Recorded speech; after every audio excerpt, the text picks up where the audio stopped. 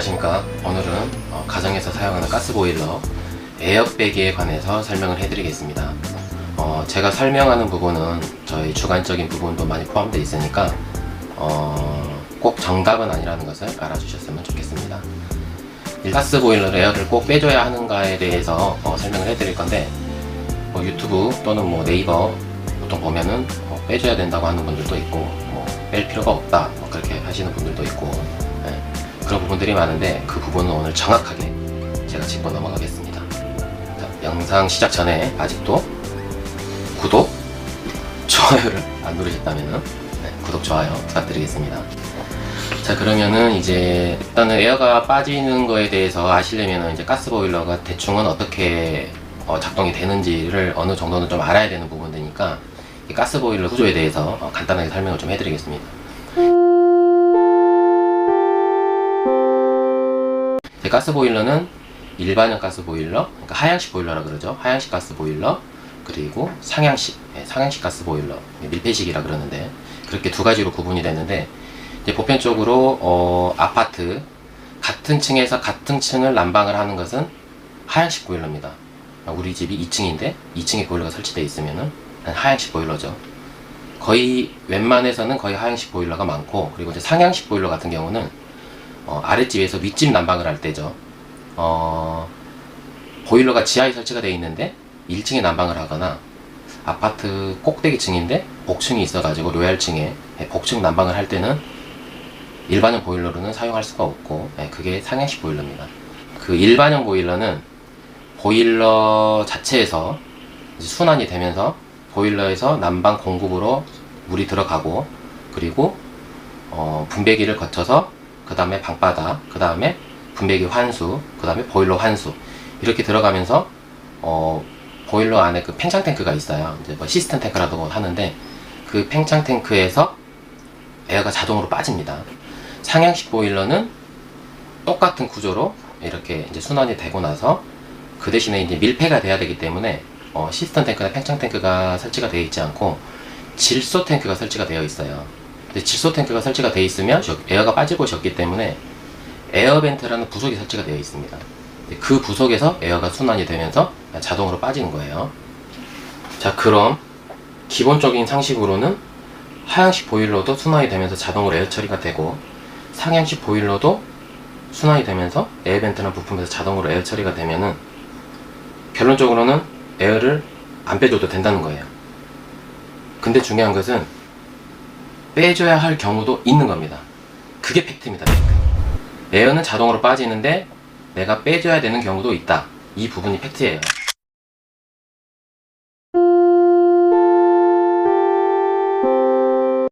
자, 그러면 어떤 상황에서 우리 집 방바닥에 에어가 찰까요?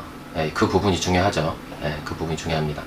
일단은 방바닥에 에어가 차면 방바닥에서 졸졸졸졸 소리가 들리거나, 아니면 탕탕 소리가 들리거나, 편난방이라 그러죠. 어떤 방은 난방이 좀 잘 되고 어떤 방은 좀 덜 되고, 그런 경우도 있고, 물론 이제 이 같은 경우는 에어 때문이 아닌 분배기가 막혔거나 찌꺼기가 있거나, 아니면은 확장을 했거나, 그런 경우도 이제 똑같은 팬난방이 발생할 수는 있는데, 이제 보편적인 것을 말씀드리는 거예요. 보통 이제 그럴 때 에어가 찼다는 것을 느낄 수가 있죠. 보통 분배기 쪽에서도 졸졸졸졸 소리가 납니다. 그러면은 이 에어가 자동으로 다 빠지는데 왜 빼주라고 하는지, 에어가 차는 조건에 대해서 간략하게 설명을 해드릴게요. 보통 보면은 신축 아파트나 빌라, 건물을 새로 지었을 때, 그리고 이제 두 번째는 난방 누수, 방바닥에서 물이 샜을 때, 난방 관련 방바닥이든 분배기든 누수가 생겼을 때, 세 번째는 보일러가 고장이 나서 누수가 났을 때, 네 번째는 노후된 보일러를 새로 교체를 했을 때, 그럴 때는 에어가 찰 수가 있습니다. 첫 번째, 신축 아파트 부분에서 말씀드릴게요. 에어 차는 조건. 이제 신축 아파트 같은 경우는 건물을 다 짓고 나서 방바닥 액세 코일을 다 깔면 이미 이제 그 안에는 공기가 가득 차 있죠. 이제 최초 시운전을 할 때는 보일러 전기 코드만 꼽으면 자동으로 물이 차는 보일러들은 거의 다 자동 급수 방식이죠. 보일러가 자동으로 물이 차면은 물이 공급이 되면서 순환이 되고, 그리고 보일러 쪽에서 에어가 다 빠져나갑니다. 근데 처음부터 배관 안에 공기가 많았기 때문에 처음부터 다 빠지지는 않아요. 근데 보통 뭐 한 3일, 4일 이상 되면은 웬만한 에어는 다 빠져나가고, 이 신축 아파트 같은 경우는 충전을 최초 하게 되면은 과열 증상이 좀 많이 나타난다. 왜냐면은 물은 들어갔는데 공기가 가득 차 있기 때문에 에어가 많이 들어있는 상태에서 순환이 안 됩니다. 그러면은 보일러에서 이상한 증상이 나타나는데, 그 증상에 대해서 간단히 설명을 해드릴게요.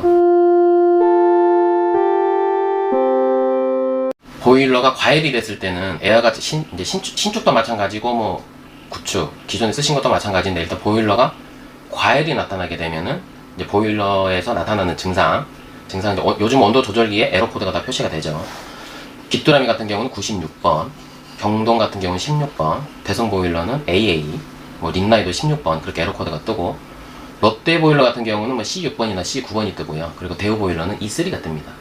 예, 이 경우가 에어가 찼거나 아니면은 어떤 연유로 순환이 안 됐을 때, 뭐 펌프가 정지됐을 때도 마찬가지죠. 순환이 안 됐을 때는 그 과열 에러가 뜨고, 그다음에 두 번째 보일러 고장 및 누수. 예, 누수가 발생해도 마찬가지로 에어가 찰 수가 있어요. 에어 차는 경우가 많습니다. 그러면 아무래도 물이 새는 상태에서 펌프 압력으로 난방을 순환을 시켜버리면 에어가 찰 수밖에 없어요. 이제 그렇게 해서 이제 누수가 발생하면 깃도라미는 95번이나 98번이 뜨고, 경동 보일러는 28번, 대성 보일러 같은 경우는 A가 뜹니다. 에러가 A가 뜨고, 그리고 이제 린나이 보일러 같은 경우는 15번, 그 린나이 상향식 보일러 같은 경우는 43번이 뜨죠. 그리고 롯데 보일러는 뭐 P4, P6 아니면 D1 그렇게 에러가 뜨고, 대우 보일러는 E1이나 E9가 뜹니다. 예, 그렇게 해서 이제 난방 그 누수 에러가 그렇게 뜨는 거고, 그럴 때도 마찬가지 아까 말씀드렸던 대로 에어가 찰 수가 있어요. 세 번째는 이제 상해식 보일러입니다. 상해식 보일러 같은 경우는 그 아까 말씀드렸던 데 에어를 빼주는 에어벤트가 설치가 되어 있다 그랬죠. 그 에어벤트가 고장 나거나 막히거나 그쪽에서 누수가 되면 마찬가지 에어가 차는 조건이 되고, 그리고 이제 네 번째로 기존에 사용하던 보일러를 새로 교체했을 때 에어가 찰 수가 있습니다. 물론 뭐 자동으로 빠지기도 하겠지만 찰 수 있는 조건을 말씀드리는 거니까. 이 에어를 어떻게 빼야 되는지에 대해서 설명을 해드릴게요. 첫 번째, 신축 같은 경우는 최초 이제 사용자분들이 입주를 했을 때는 이미 에어가 빠진 상태에서 들어가는 경우가 대부분이고, 이제 보통 보일러 시공하신 분들이 에어 처리를 하는데, 최초 이제 시운전 모드나 그렇게 해서 작동을 시키면 이제 가동이 안 된 상태에서 펌프로 순환을 시켜주면 에어가 좀 금방 빠지고요. 그리고 이제 두 번째 같은 경우는 보일러 고장이 났을 때 수리하신 분이 수리하고 당연히 에어 처리가 됩니다. 네, 에어 처리 당연히 에어를 빼주죠. 세 번째는 상해식 보일러입니다. 이 상해식 보일러가 좀 문제인데, 이 상해식 보일러는 보일러 내부에 이게 이제 에어가 빠지는 에어벤트라는 부품인데요. 이게 이제 보일러 내부에 있는 것도 있고 보일러 외부에 있는 것도 있습니다. 보일러 외부, 전기 보일러 같은 경우 보일러 외부에 있는 경우도 많이 있고, 그리고 보일러 내부에서도 보일러 상단에 있는 경우도 있고, 그리고 뭐 좌측 펌프 앞쪽, 펌프 뒤쪽에 있는 경우도 있어요. 이게 지금 신주로 되어 있는데 플라스틱으로 된 재질도 있죠. 이게 이제 에어가 빠지는 부품인데, 자 여기 보시면은, 자 이게 이제 에어벤트 캡인데, 에어벤트에는 이 구멍이 있습니다. 이 구멍이, 자 이 구멍이 있고, 보시면은 이쪽 잘 보이시나요? 이쪽에는 이렇게 이렇게 구멍이 있습니다. 그러면 이제 최초에 보일러가 시공이 됐을 때는 이 에어벤트 캡이 보통 이렇게 꽉 막혀 있습니다. 이렇게 꽉 잠기죠. 꽉 잠기게 되면 여기 이제 구멍이 있는데, 이게 꽉 잠겨 있는 상태에서는 이 에어가 안 빠져요. 잠겨 있는 상태에서는. 근데 최초 보일러 시공을 하거나 시운전 그렇게 할 때 마찬가지 에이스 하신 분들도 캡을 이 정도 열어 놓습니다. 그러면 이게 물이 안 빠지고 이 구멍으로 공기만 빠지게끔 나와요. 그리고 나서는 거의 대부분의 사람들은 얘를 다시 잠궈 놓습니다. 얘를 잠궈 놔요. 꽉 잠궈 놓으면 어떻게 되겠습니까? 이렇게 잠궈 놔 버리면 그 뒤로는 에어가 안 빠져요. 그 집에서 에어가 차도 절대 안 빠집니다. 이 상해식 보일러의 문제인데 에어가 절대 안 빠져요. 이걸 그러면은 왜 AS 기사분이나 이 보일러 만지신 분들이 잠궈 놓고 갈까? 이걸 열어놓게 되면 고장났을 때 물이 많이 셉니다. 어차피 고장나도 바꿔야 되고 에어가 안 빠져도 바꿔야 되기 때문에 꽉 잠그죠. 그럼 일단은 상해식 보일러가 에어가 안 빠졌을 때는 이제 사용자분들이 확인할 수 있는 방법은 우리 집 보일러 모델을 한번 보고, 아 이 보일러는 에어벤트가 어딨지? 보고 이 캡이 열려 있는지만 보시면 돼요. 캡이 이 방식도 있고 경동 보일러 같은 경우는 이렇게 빨간 캡이 있는데 이렇게 위로 이렇게 쭉 뽑는 거예요. 뽑으면 에어가 빠지고 꽉 누르면 닫힙니다. 그 방식으로 돼 있어요. 그러니까 이 부분 에어벤트가 열려 있는지 닫혀 있는지. 여기서 에어가 빠질 때는 공기하고 물이 같이 나옵니다. 이렇게 칙칙칙칙 이렇게 칙칙거리죠. 그러면 에어가 빠져 나오는 거예요.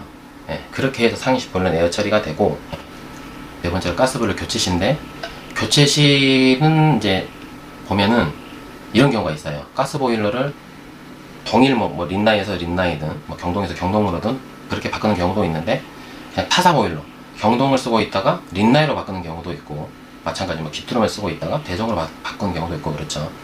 근데 이제 모든 집에는 제일 처음에 말씀드렸던 대로 난방 공급 라인과 환수 라인이 있어요. 근데 저희 같은 경우도 이제 아파트 같은 경우를 시공하게 되면 이 분배기는 보통 싱크대 안에 들어 있습니다. 아파트는. 근데 빌라 같은 경우는 보일러 옆에 있죠. 빌라 같은 경우는 그런 경우가 많이 없어요. 근데 아파트 같은 경우는 이 싱크대 안에 있으면 배관이 묻어져서 이제 보일러까지 이렇게 딱 올라오는데, 이 라인이 환수인지 공급인지 체크하기가 좀 힘들어요. 그러면은 배관이 이제 타사 보일러가 바뀌면은 이제 배관 라인이 이렇게 바뀌는 경우가 많이 있으니까 이제 모양이 이쁜 모양으로 이렇게 작업을 하죠. 굳이 이렇게 꺾지 않고. 그렇게 되면은 기존에 썼던 우리 집이 난방 공급하고 환수가 거꾸로 바뀌는 경우가 있어요. 그런 경우는 이제 어떤 증상이 나타나냐면은, 원래는 보일러 작동을 하면 안방이 가장 먼저 따뜻해지고 작은 방이 좀 많이 늦었는데, 보일러를 바꾸고 나서 잘 안 따뜻했던 우리 작은 방이 엄청 따뜻하고 안방이 조금 늦게 난방이 되거나 그런 경우가 있습니다. 그런 경우는 공급 환수가 바뀐 거예요. 네. 공급 환수가 바뀌어도 상관은 없는데 이제 사용자분들은 그렇게 느끼실 수가 있다는 거죠. 네. 이제 그 보일러를 교체를 했을 때 이제 에어가 찰 수 있는 조건이, 이제 그 조건은 별개의 문제인데, 에어가 찰 수 있는 조건이 이제 당연히 물이 들어가니까 보일러 물을 다 빼고 보일러 새로 설치하잖아요. 그리고 방바닥 배관 청소도 꼭 한 번씩 하고 하기 때문에 배관 청소를 하는 와중에도 에어가 찰 수가 있어요. 근데 그 부분은 당연히 순환이 되면서 자동으로 거의 빠집니다. 상해치 보일러는 에어벤트에서 에어를 빼려면 엄청 고생을 해야겠죠. 아까 말씀드린 대로 그 방식대로 그렇게 해야 됩니다.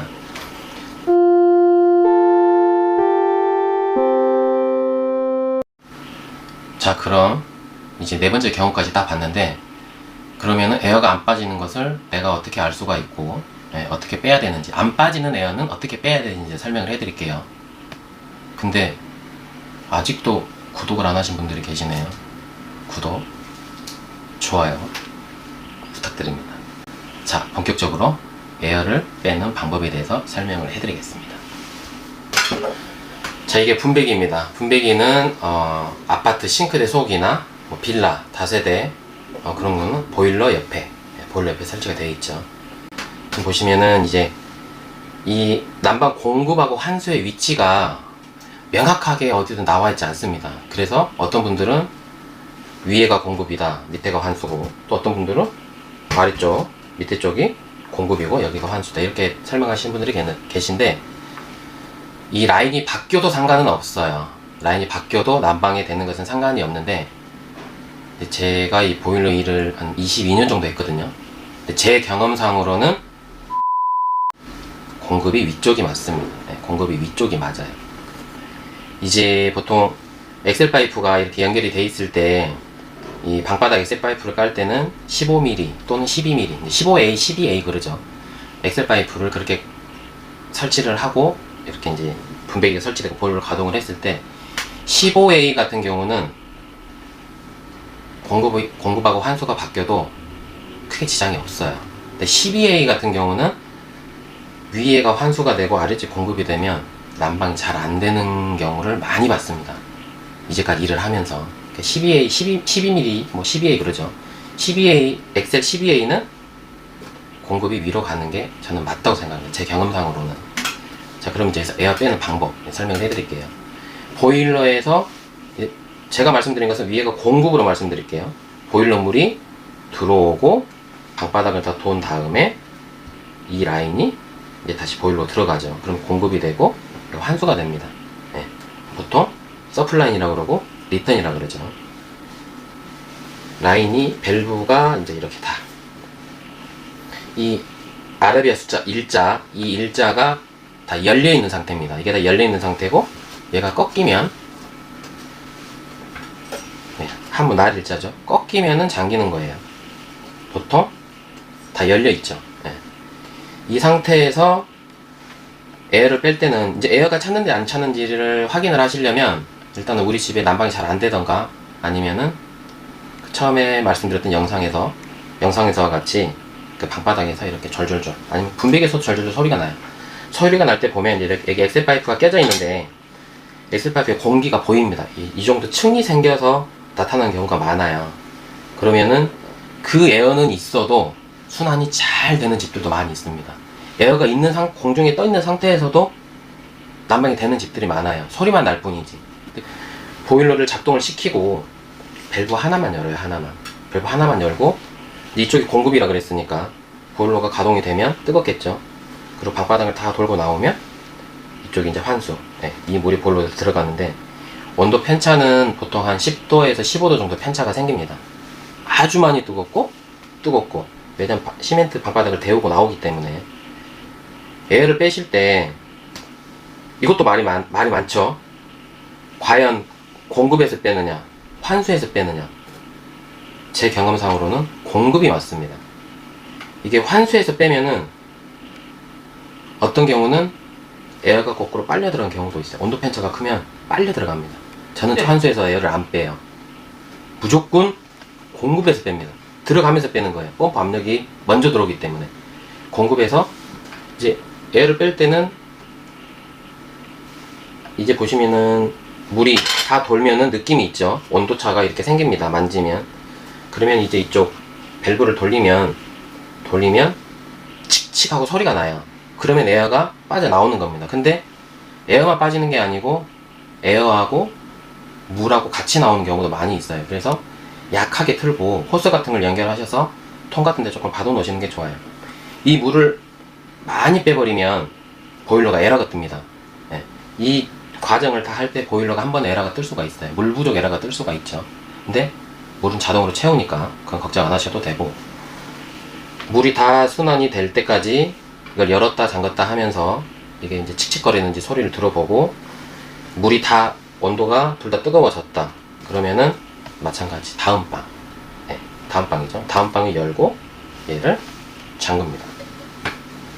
똑같은 방법으로 다 하시면 돼요. 5개를 열고 잠그고, 또 다 물이 돌아오면 열고 잠그고. 이걸 안 하셔도, 이 에어 처리를 여기서 별도로 안 하셔도, 이 돌아오는 물 온도만 체크하셔서 열고 잠그고만 하셔도 보일러 쪽에서 빠져나갑니다. 그래도 안 빠지는 에어는 여기서 빼줘야 돼요. 그래도 안 빠진 에어가 있어요.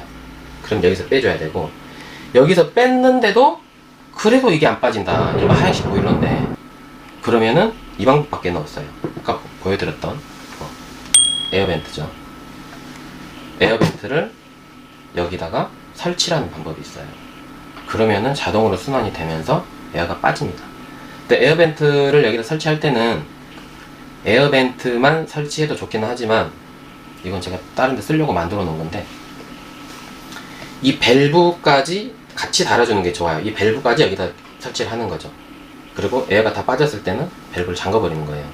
안 그러면은 얘 밸브가 없으면 얘가 고장나면 여기서 물이 새기 때문에 밸브를 만들어주고, 내가 빼고 싶을 때 열어놓고 좀 며칠 돌리고 빠졌다 싶으면 잠가버리면 되니까 밸브를 달아주는 게 좋습니다. 그렇게 하면은 우리 집 에어는 거의 다 뺄 수가 있습니다. 상해식 보일러는 솔직히 많이 힘들죠. 뭐 하루 종일, 정말 하루 종일 빼도 안 빠지는 경우도 있고. 근데 이제 보일러도 일반 하얀식 보일러도 마찬가지, 기름 보일러도 마찬가지. 그 시공을 할 때 난방 배관이 이렇게 꺾인다 그러죠. 설치될 때 에어가 찰 수 있는 조건은 이렇게 배관 라인이 이렇게 꺾이는 거예요. 이렇게 밑으로 꺾이면 에어가 찰 수가 있어요. 대각선으로 설치가 되더라도 이렇게 대각선으로 설치가 돼야 됩니다. 그 부분이 많이 중요하죠. 네, 에어가 안 차게 하는 설치를, 찰 수가 없는 조건을 만드는 설치가 가장 중요하고, 설치 같은 경우도 전문가에게, 좀 시공이 또 오래 하셨던 분들이나 전문가에게 설치를 의뢰하셔서 하시는 것도 에어를 덜 차게 하는 방법 중에 하나라고 보시면 됩니다. 이상 가스 보일러 분배기 에어 빼는 방법에 대해서 설명을 해드렸습니다. 아직까지도 구독, 좋아요를 안 하신 분 해주시고, 그리고 그 구독만 하시고 그 영상을 안 보시거나 알림창을 안 켜놓으시면 못 들어오잖아요. 그러면은 구독을 안 해주시는 게 좋습니다. 이게 구독을 해놓고 사람들이 안 보잖아요. 그걸 또 유튜브에서 찾아낸답니다. 그 유튜브는 죽습니다.